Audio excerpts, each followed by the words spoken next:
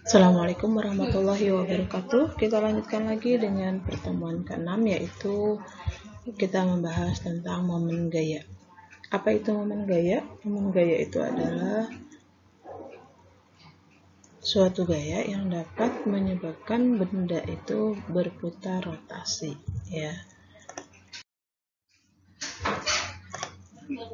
Ini dia. Kalau kita baca secara rumus, momen gaya itu merupakan vektor hasil perkalian silang antara posisi dengan gayanya. Di sini bisa ditulis torsi sama dengan atau tau sama dengan R dikali F dikali dengan sin theta, di mana R-nya adalah lengan gayanya, gitu ya. Kemudian untuk momen gaya ada perjanjian tanda di sini. Momen gaya bertanda positif jika arah putarannya berlawanan dengan arah putaran jarum jam. Kalian ingat ya, positif jika dia putarannya berlawanan dengan arah putaran jarum jam. Sementara dia bertanda negatif jika arah putarannya searah dengan arah putaran jam. Gitu ya. Kita masuk ke latihan soal. Di sini ada soal, hitunglah momen gaya terhadap titik D. Terhadap titik D. Berarti kalian harus perhatikan bahwa poros dalam soalnya itu menjadi titik acuan kita untuk menganalisis lengannya, torsinya, gitu ya, arah torsinya, gitu. Nah, ini kita bahas dulu. Ini kita lingkari ini sebagai poros. Kenapa ini sebagai poros? Karena yang ditanya di dalam soal terhadap titik D, gitu. Nah, kalau dia terhadap poros D, berarti ada berapa torsi yang akan kita temukan terhadap poros D. Ya, kita mulai dari yang paling ujung, itu di titik A, itu ada F1, gitu ya. Nah, F1-nya ini dia membentuk sudut 53 derajat. Kita ambil yang sumbu Y-nya, berarti F1Y-nya yang kita cari nanti ya. Kemudian di sini ada F2-nya. F2-nya pun membentuk sudut 45. Kita cari juga F2Y-nya. Gitu ya. Terus kalau F3 ini aman. Kenapa? Karena dia tidak membentuk sudut dan dia sudah terletak di sumbu Y. Gitu ya. Nah, sekarang kita cari dulu. Besar F1Y-nya. Besar F1Y. F1Y itu, karena F1Y itu terletak di depan sudut 53, berarti yang kita gunakan adalah sinus. Kenapa sinus? F1-nya sebagai sisi miring, F1-nya sebagai sisi depan. Berarti hubungannya adalah D per mi. Gitu ya. D per mi itu adalah sinus. Nah, sinus itu kita gunakan dalam F1Y. Berarti kita tulis di sini F1 sinus 53 derajat. Gitu. Nah, F1-nya kita masukkan 10, sin 53 berapa besarnya? Iya, 4/5. Nah, ini kita coret. Berarti ini dapat 2, F1-nya dapat 8 Newton. Kemudian, kita cari juga F2Y-nya. F2Y ini kita gunakan juga, F2Y kan terletak di depan sudut 45, berarti kita gunakan sinus juga, karena dia sebagai sisi depan dari sudutnya. Berarti ini F2 dikali sinus 45, karena memang sudut di F2Y itu 45 derajat. Kita masukkan 10 akar 2, sin 45 adalah setengah akar 2. Akar 2 dikali akar 2 adalah 2. 2 dibagi 2 jadi habis. Jadi besarnya adalah 10 Newton gitu. Nah, sekarang kita tulis di sini sigma torsi di D. Sigma torsi di D berarti ada torsi F1Y, kita tulis ya. Ada torsi F1Y, kemudian ada torsi F2Y, kemudian ada torsi F3, gini.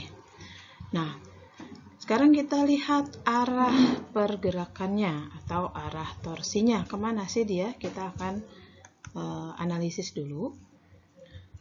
Ini gayanya ke bawah, kemudian ini porosnya. Berarti dia batang ini akan berputar berlawanan arah jarum jam. Kalau dia berlawanan arah jarum jam, ini Miss kasih ke sini ya arahnya. Ini dia akan ke sana. Kemudian ini, kalau ini porosnya berarti dia akan searah jarum jam. Untuk F1 ke sana arahnya. Kemudian kalau dia F3 ini batangnya ditarik gaya ke bawah, berarti dia berlawanan arah jarum jam, gitu ya. Nah, kalau kita sudah tahu arah-arah torsinya, berarti kita bisa menentukan tanda plus minusnya nih. Untuk F1 karena dia berlawanan arah jarum jam, berarti kita kasih tanda positif. F2Y-nya berarti di sini negatif. Kemudian F3-nya berarti di sini positif. Paham ya? Nah, sekarang kita masukkan tadi torsi itu rumusnya apa? Torsi rumusnya adalah F dikali dengan R-nya, lengannya. Untuk F1Y berarti kita masukkan di sini F1Y dikali dengan R1. Kemudian ini karena F2Y berarti kita tulis di sini F2Y dikali dengan R2 ditambah dengan F3 dikali dengan R3. Paham ya? Sekarang kita masukkan besar F1Y. F1Y itu 8. Sementara lengannya atau jaraknya terhadap poros, F1 ini terhadap poros adalah 20 ditambah 10 ditambah 10. Berapa itu? Ya, 40.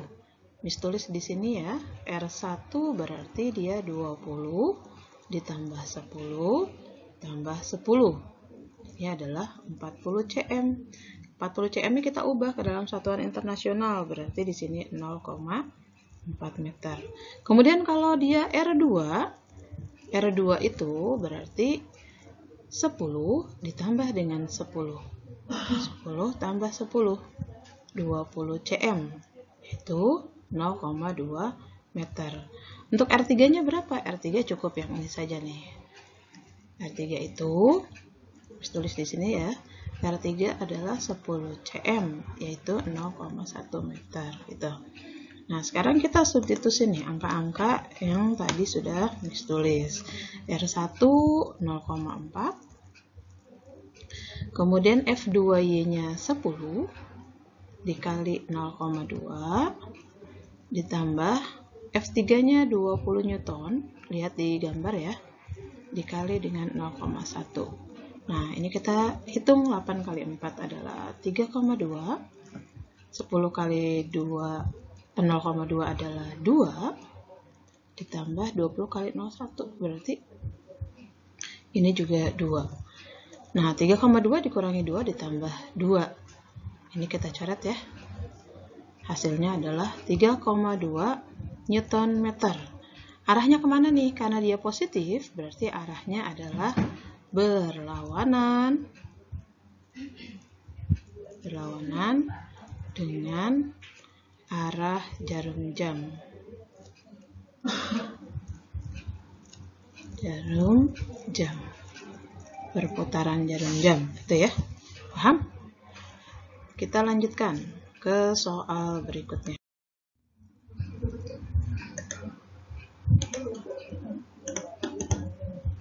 Ini soal kedua. Soal kedua ini mirip seperti yang tadi. Cuma angka-angkanya belum dimasukkan ke dalam gambar. Lihat ya.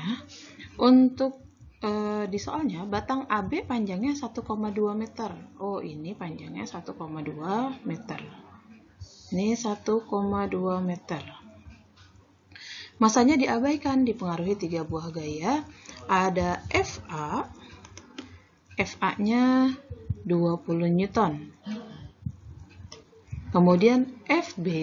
FB-nya sama dengan FC. Besarnya 50 Newton. Ini juga 50 Newton. Jika jarak AB sama dengan 2AC. Nah, ini kita harus analisis dulu berapa sih sebenarnya jaraknya, ya. AB sama dengan 2AC. Kalau gitu, AC-nya berarti setengah AB. Nah, AB-nya kan tadi sudah ada. AB-nya adalah 1,2. Berarti AC ini 0,6 meter. Tuh. Nah, AC ini katanya 2 AP. Berarti kalau gitu, si AP-nya adalah setengah AC.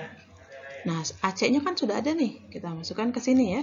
Jadi setengah dikali 0,6, yaitu 0,3 meter gitu ya. Nah, kita sudah tahu nih jarak-jaraknya. Sekarang yang ditanya, besar momen gaya terhadap titik P. Oh, ternyata porosnya adalah ini. Nah, porosnya kamu tandain supaya tidak salah mengambil lengannya gitu ya, mengambil jaraknya. Angka-angka yang tadi sudah kita hitung, kita masukkan ke dalam gambar. AP-nya katanya 0,3. Kita masukkan ke sini 0,3.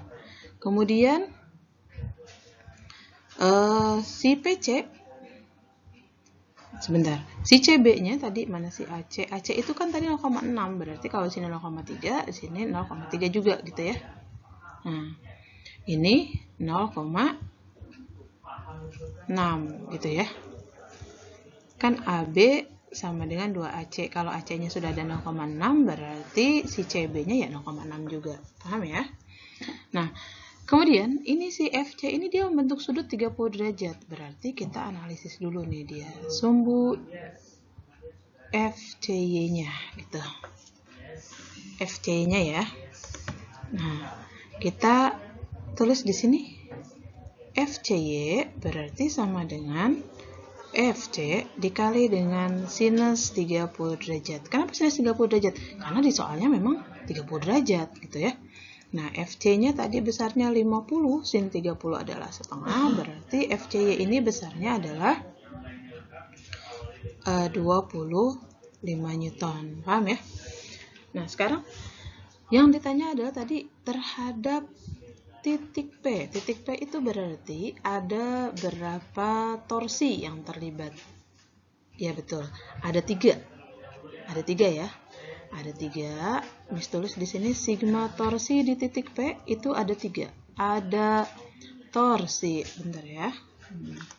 Ini ada torsi yang disebabkan oleh FA, ada torsi A, ada torsi C, ada torsi B. Itu ya. Nah, kalau sudah tahu itu, berarti sekarang kita tulis dulu nih. R-nya untuk RAP berapa tadi? RAP sudah ada ya. Ini RFA lah ya. Ini RFA-nya. Ini RFA-nya 0,3. Terus kalau dia RFCY itu apa? 0,3 juga, betul. Sama aja dengan jarak si PC. Kemudian kalau dia untuk yang FB, berarti RFB itu berapa jaraknya? Nah, RFB itu berarti 0,3 ditambah dengan 0,6, yaitu 0,9 meter. Gitu ya. Nah, kalau sudah tahu ini, berarti kita sekarang tulis di sini. Ada torsi FA, ada torsi FCY, ada torsi FB gitu. Sekarang kita tentukan arahnya nih. Arahnya tadi kita belum analisis. Ini porosnya, P-nya itu porosnya, FA-nya diberi gaya ke atas, berarti dia arahnya ke sana. Ya. Kemudian ini arah jarum jam ya berarti ya. Kemudian untuk yang FCY, dia ke atas, porosnya di sebelah kiri, berarti dia akan berputarnya berlawanan arah jarum jam.